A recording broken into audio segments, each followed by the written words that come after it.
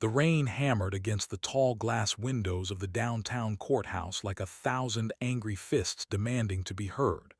Marcus stood in the marble hallway outside courtroom 3, his expensive suit doing nothing to warm the ice that had settled in his chest. He checked his watch for the fourth time in 3 minutes. She was late. Emma was never late. In their 12 years together, punctuality had been one of her many virtues, one of the countless things he had taken for granted until it was too late to matter.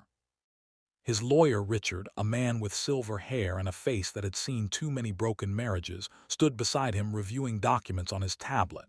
The prenuptial agreement, the asset division, the clean break they had both supposedly wanted. Marcus had signed everything weeks ago, his signature sharp and angry on every page. Today was just a formality. Today, Emma would sign too, and it would all be over.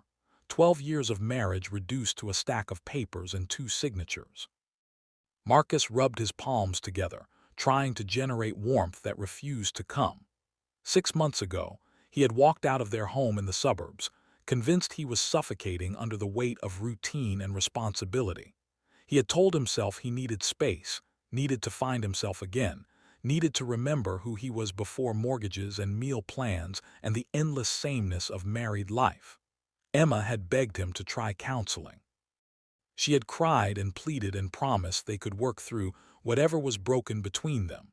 But Marcus had been deaf to her words, blind to her pain, convinced that his own unhappiness justified any collateral damage. He had moved into a sleek downtown apartment with floor-to-ceiling windows and a view of the city skyline. He had gone out with friends from work, stayed out late, dated a few women who meant nothing. He had lived the life of a free man and discovered that freedom tasted like ashes when you were eating it alone at 2 in the morning. But pride had kept him from reaching out. Pride and fear, and the paralyzing certainty that he had broken something so badly that all the apologies in the world could not fix it. The elevator at the end of the hall chimed softly. Marcus looked up, his heart suddenly hammering against his ribs like it was trying to escape. The doors slid open, and Emma stepped out. For a moment, Marcus forgot how to breathe. She was wearing a charcoal gray dress that he had never seen before, something elegant and professional that made her look like a stranger. Her dark hair was pulled back in a low bun. She wore minimal makeup. She looked tired. She looked older. She looked beautiful in a way that made his chest ache with memories of everything he had thrown away. And then she turned slightly to adjust her purse strap, and Marcus saw it. The unmistakable curve of her belly pressing against the fabric of her dress, the swell of new life. 7 months at least, maybe more. His brain stuttered, trying to process what his eyes were showing him. Emma was pregnant. His wife was pregnant. His soon-to-be ex-wife was pregnant. The world tilted sideways. All the sound in the hallway faded to a dull roar. Marcus took a step forward without meaning to, his legs moving on autopilot while his mind raced through calculations, dates, possibilities. 7 months ago, he had still been living at home. They had still been married, still sharing a bed, even if the space between them had grown colder with each passing week. The math lined up. The timeline fit. Unless it didn't. Unless the baby was someone else's. Unless Emma had moved on faster than he had, found comfort in another man's arms, decided to build a new life with someone who actually deserved her. The thought was a knife between his ribs, sharp and cold, and absolutely what he deserved. Emma saw him then. Her eyes, those warm brown eyes he had fallen in love with in college, met his across the marble expanse of the courthouse hallway. For a fraction of a second, something flickered in her expression. Surprise maybe, or pain, or nothing at all. Then her face smoothed into careful neutrality, the kind of mask you wear when you are standing in front of someone who used to be your whole world and is now just a legal obligation to be completed. She walked toward him, her steps steady despite the swell of her belly. Marcus could not stop staring, could not stop the 1,000 questions exploding in his head like fireworks, could not stop the rising tide of something that felt like hope and terror tangled together so tightly he could not tell where one ended and the other began. Richard cleared his throat beside him. Emma's lawyer, a sharp-eyed woman named Catherine whom Marcus had met once before, emerged from the elevator behind Emma. The lawyers shook hands with professional courtesy. Emma stopped 3 feet away from Marcus, maintaining a distance that felt like miles. "Hello, Marcus," she said quietly. Her voice was the same, soft and clear, the voice that had said "I love you" 1,000 times, the voice that had begged him not to leave, the voice he had ignored. "Emma," he managed, though his voice sounded like it belonged to someone else. His eyes dropped to her belly again before he could stop himself.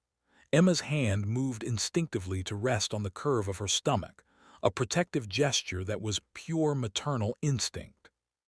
"We should go in," Catherine said briskly, checking her own watch. "Judge Morrison does not appreciate tardiness." Richard nodded and gestured toward the courtroom doors. Emma moved first, walking past Marcus without another glance. He caught a hint of her perfume, something light and floral that he had bought her for their anniversary 3 years ago. She was still wearing it. The realization was another small cut, death by 1,000 tiny wounds. Inside the courtroom, everything was exactly as impersonal and coldly efficient as Marcus had expected. Wood paneling, the state seal on the wall, rows of empty benches, a bailiff standing by the door looking bored. Judge Morrison, a woman in her 60s with steel-gray hair and reading glasses on a chain, sat behind the bench reviewing paperwork. She looked up as they entered, her expression professionally neutral.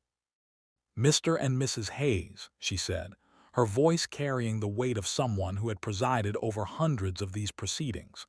"Please approach." They walked forward together, separated by 3 feet of space and 6 months of pain. Marcus could hear Emma's breathing, slightly labored from the effort of carrying new life. He wanted to ask if she needed to sit down. He wanted to ask 1,000 other questions. He wanted to rewind time 6 months and make different choices. He wanted things that were no longer possible. Judge Morrison glanced between them, then down at the document spread before her. "I have reviewed your dissolution agreement. Everything appears to be in order. The division of assets has been clearly delineated, and both parties have had adequate time to review with counsel. Is that correct?" "Yes, Your Honor," Richard said. "Yes, Your Honor," Catherine echoed. The judge looked at Emma, then at Marcus. Her eyes, sharp behind her glasses, seemed to see more than Marcus wanted her to. "This is a no-fault dissolution. Both parties are in agreement that the marriage is irretrievably broken. Is that still your position, Mrs. Hayes?" Emma's hand tightened on her belly. "Yes, Your Honor," she said softly. "Mr. Hayes." Marcus opened his mouth. The word yes should have been simple, it should have been easy. He had signed the papers. He had initiated this process. He had walked away. But now, standing 3 feet from Emma, seeing the evidence of everything he had abandoned, the word stuck in his throat like a stone. "Mr. Hayes," Judge Morrison repeated, her tone patient but firm. "Is it still your position that this marriage is irretrievably broken?" Marcus started, then stopped. He looked at Emma. She was staring straight ahead, her jaw set, her eyes focused on some point beyond the judge's shoulder. She would not look at him. He had lost the right to her attention. "Your Honor, I have a question." Richard stiffened beside him. Catherine's eyes narrowed. Emma finally turned to look at him, and the expression on her face was pure exhaustion. "This is not the appropriate forum for questions, Mr. Hayes," Judge Morrison said, with a hint of impatience. "You have had months to address any concerns with your attorney." "It is about the pregnancy," Marcus said, the words tumbling out before he could stop them. "Emma is pregnant. That changes things. That changes everything." The silence in the courtroom was absolute. Emma's face went pale, then flushed with anger. Catherine put a hand on her client's arm, a gesture of support and warning. Richard closed his eyes briefly, the look of a man watching his carefully constructed case fall apart. Judge Morrison removed her glasses, set them on the bench, and fixed Marcus with a look that could have frozen lava. "Mr. Hayes, The personal circumstances of either party are not relevant to these proceedings unless they pertain to the division of assets or custody arrangements. As there are no children from this marriage currently requiring custody determination, Mrs. Hayes's pregnancy is not germane to this dissolution. "But it is my child," Marcus said, his voice rising despite himself. He turned to Emma. "Emma, is it mine? Is the baby mine?" Emma's eyes flashed with something hot and dangerous. For a moment, Marcus thought she might slap him. He almost wished she would. Physical pain would be simpler than this. "How dare you," she said, her voice shaking with barely controlled fury. "How dare you ask me that, here, now, after everything?" "I have a right to know," Marcus said, hearing the desperation in his own voice and hatting it. "You gave up your rights when you walked out," Emma shot back. "You do not get to demand answers now just because it is suddenly convenient for you." "Mrs. Hayes, Mr. Hayes," Judge Morrison cut in sharply. "This is not a therapy session. If there are custody or paternity issues to be resolved, they can be addressed through the appropriate channels after the dissolution is finalized. For now, I am going to ask you both one more time. Are you in agreement that this marriage is irretrievably broken and should be dissolved?" Marcus looked at Emma, really looked at her, at the dark circles under her eyes, at the way she held herself with dignity despite the obvious exhaustion, at the protective curve of her hand over her belly, at everything he had walked away from and everything he had failed to appreciate until it was too late. "No," he said quietly. "No, I am not in agreement. I do not want the divorce." The courtroom exploded into activity. Richard grabbed his arm. Catherine started objecting loudly. Judge Morrison banged her gavel, and Emma just stared at him like he had lost his mind. Maybe he had. Maybe walking away 6 months ago was when he had lost it, and he was only now finding his way back to sanity. "Mr. Hayes," Judge Morrison said when order had been restored, her voice cold with judicial displeasure. "You filed for this dissolution. You signed the documents. Your attorney has represented to this court that both parties were in agreement. Are you now telling me that was not true?" "It was true 6 months ago," Marcus said, his eyes still locked on Emma. "It was true when I left. It was true when I signed the papers. But it is not true now. I made a mistake. I was wrong. And I do not want to lose my wife and my child because I was too proud to admit that." Emma's eyes filled with tears. "You do not get to do this," she said, her voice breaking. "You do not get to change your mind just because I am pregnant. You do not get to waltz back into my life and act like the last 6 months did not happen. You do not get to break me and then decide you want to fix me when it is convenient for you." "I am not trying to fix you," Marcus said desperately. "You were never broken. I was. I am. I threw away the best thing in my life because I was too stupid and selfish to see what I had. But Emma, if there is any chance, any possibility that you might forgive me, I am begging you. Do not sign those papers. Give me a chance to prove I can be the man you deserved all along." "This is highly irregular," Catherine said sharply, turning to the judge. "Your Honor, my client has been through enough. She does not need to be subjected to this emotional manipulation." "It is not manipulation," Marcus said, his voice cracking. "It is the truth. Emma, please, is the baby mine?" Emma closed her eyes. A single tear traced down her cheek. When she opened them again, the exhaustion in her face had deepened into something that looked like grief. "Yes," she said quietly, "the baby is yours. I found out 2 weeks after you left. I tried to tell you. I called you 17 times that first week. You sent every call to voicemail. I texted you. You told me not to contact you unless it was about the divorce paperwork, so I stopped trying. I decided that if you did not want me, you sure as hell did not deserve to know about our child." The words hit Marcus like physical blows. 17 calls. He remembered those calls. He remembered silencing his phone, telling himself he needed space, convincing himself that Emma was just trying to manipulate him into coming back. He had been so wrapped up in his own misery and self-righteousness that he had not even considered there might be something important, something that mattered more than his wounded pride. "I am so sorry," he said, and his voice broke completely. "Emma, I am so sorry. I was wrong about everything. I thought I needed freedom, but all I got was loneliness. I thought I was suffocating in our marriage, but I was just too cowardly to deal with my own unhappiness. None of it was your fault. You were perfect, and I threw it away because I am an idiot who did not deserve you." Judge Morrison sighed heavily and rubbed her temples. "I'm going to call a recess," she said. "Mr. and Mrs. Hayes, you clearly have things to discuss. I suggest you and your attorneys use the next 30 minutes to determine if you actually want to proceed with this dissolution. If you do not appear ready to move forward when we reconvene, I will dismiss the case, and you will need to refile if and when you are certain of your intentions. This court's time is valuable, and I will not have it wasted on indecision. 30 minutes. Use them wisely." She banged her gavel and stood, her robe swishing as she disappeared through the door behind the bench. The bailiff opened the courtroom doors. Richard immediately pulled Marcus aside, his face red with frustration. "What the hell are you doing?" he hissed. "You cannot change your mind in the middle of a dissolution hearing. Do you have any idea how this makes me look, how this makes you look?" "I do not care how it looks," Marcus said flatly. "I care that my wife is pregnant with my child. And I am about to lose them both because I was too stubborn to see what mattered." "You walked away 6 months ago," Richard said. "You told me the marriage was dead. You told me there was nothing left worth saving."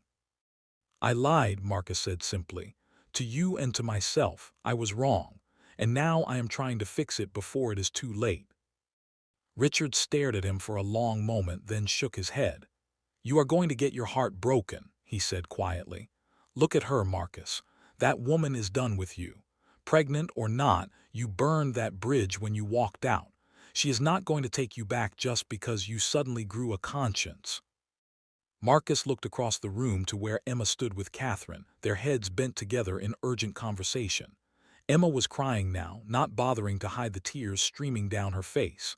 Catherine had an arm around her shoulders, offering comfort and strength. Emma looked small and fragile and absolutely done, and Marcus knew Richard was right. He had broken something that might not be fixable, but he had to try. He owed her that much. He owed their child that much. "I have to try," he said aloud. Richard sighed. "Fine, but I am advising you as your attorney that this is a terrible idea. If you reconcile and it does not work out, the second dissolution will be far more complicated, especially with a child involved." "Then I will make sure it works out," Marcus said. He crossed the room before he could lose his nerve.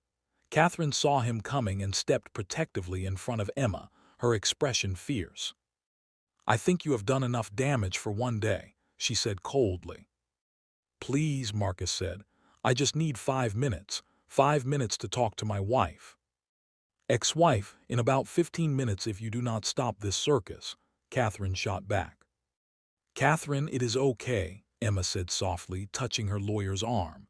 She wiped her eyes with the back of her hand, a gesture so achingly familiar that Marcus felt his heart crack. "I will talk to him. Alone." Catherine looked doubtful but finally nodded.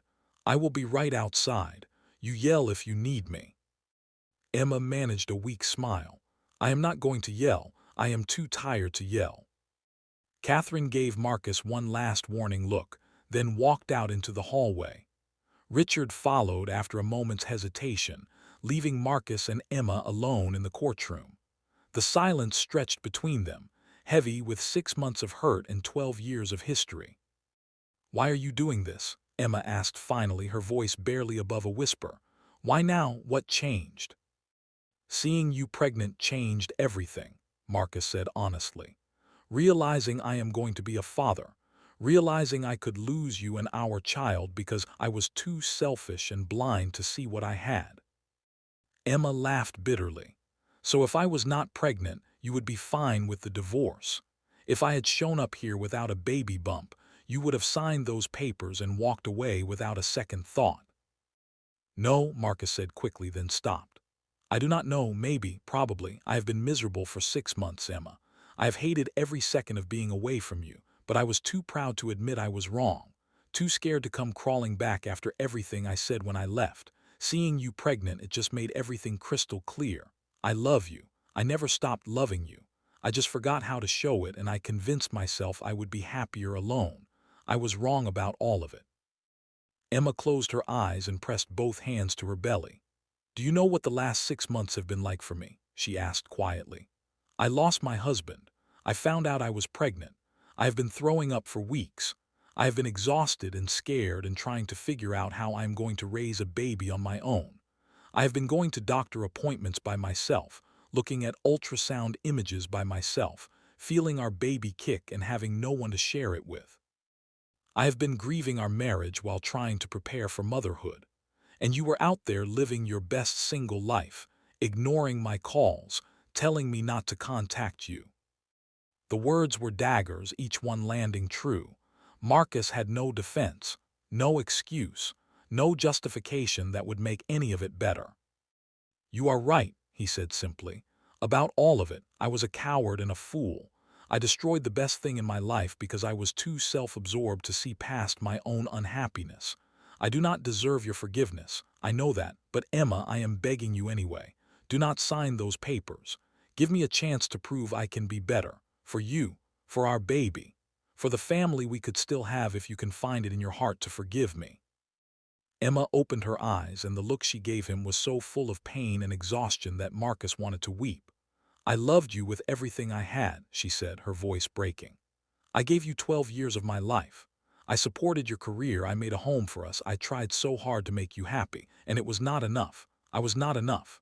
You left anyway. You walked out and told me you needed to find yourself, like I was some prison you needed to escape from. Do you have any idea how that felt? Do you have any idea how small and worthless you made me feel?" "I am so sorry," Marcus whispered. "Emma, I am so sorry. You were always enough, more than enough. The problem was never you. It was always me. I was the one who was broken. I was the one who could not appreciate what he had.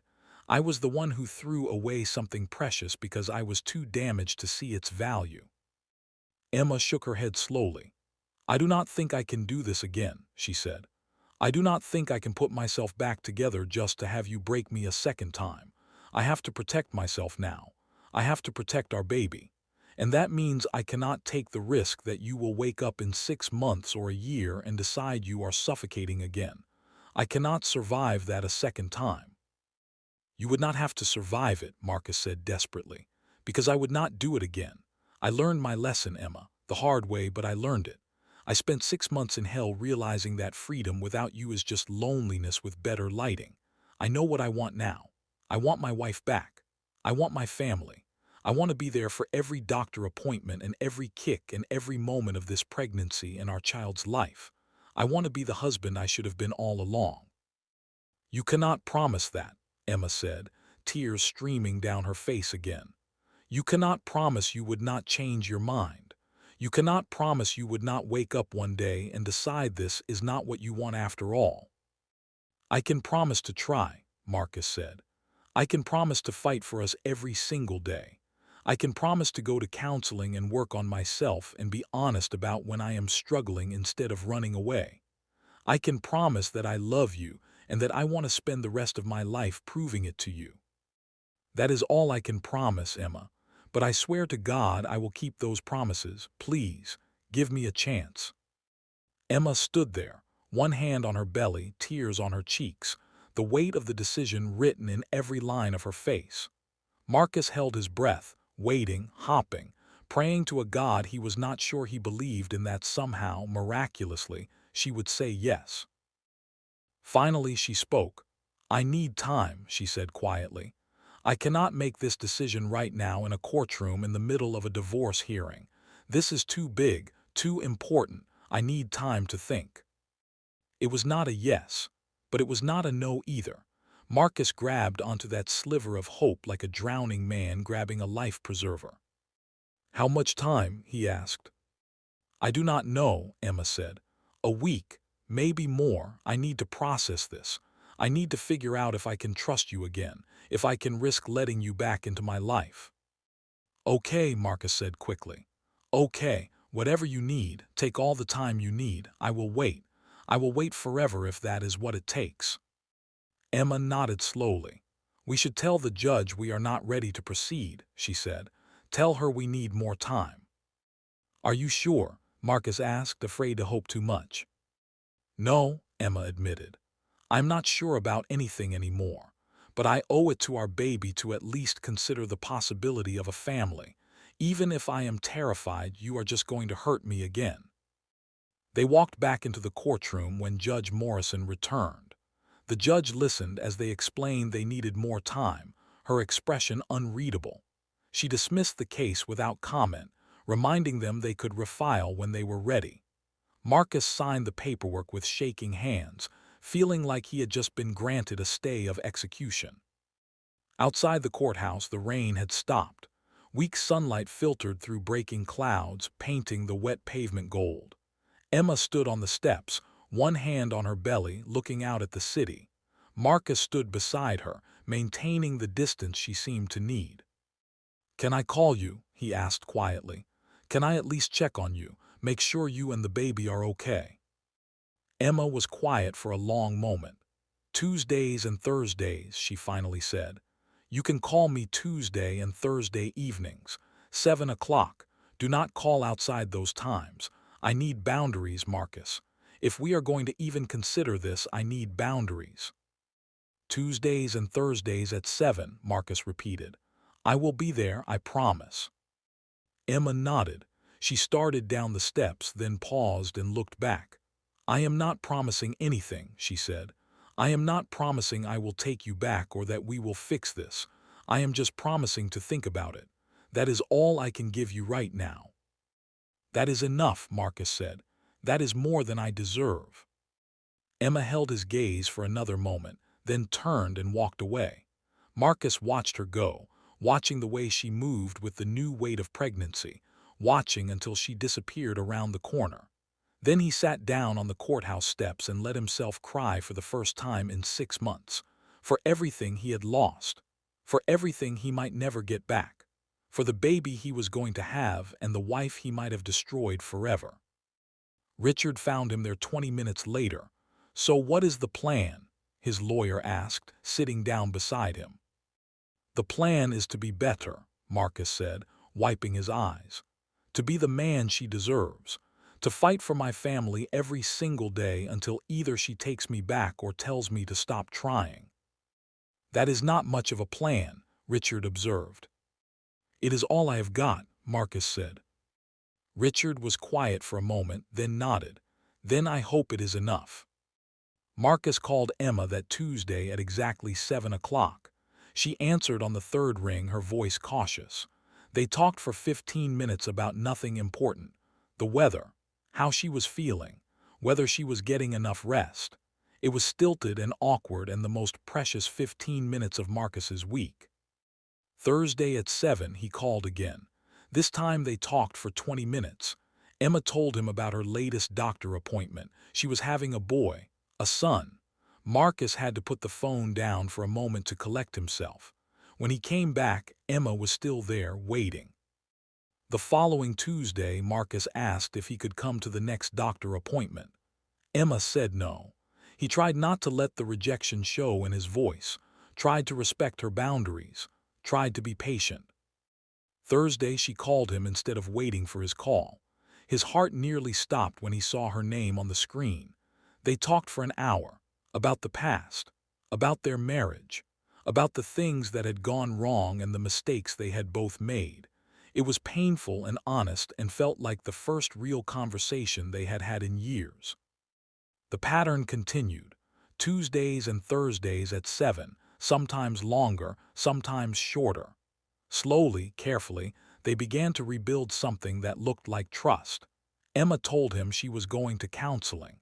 Marcus said he had started seeing a therapist too, working through the issues that had made him run in the first place. 3 weeks after the courthouse, Emma invited him to dinner. Nothing romantic, she said, just dinner, to talk. Marcus arrived with flowers and apologies.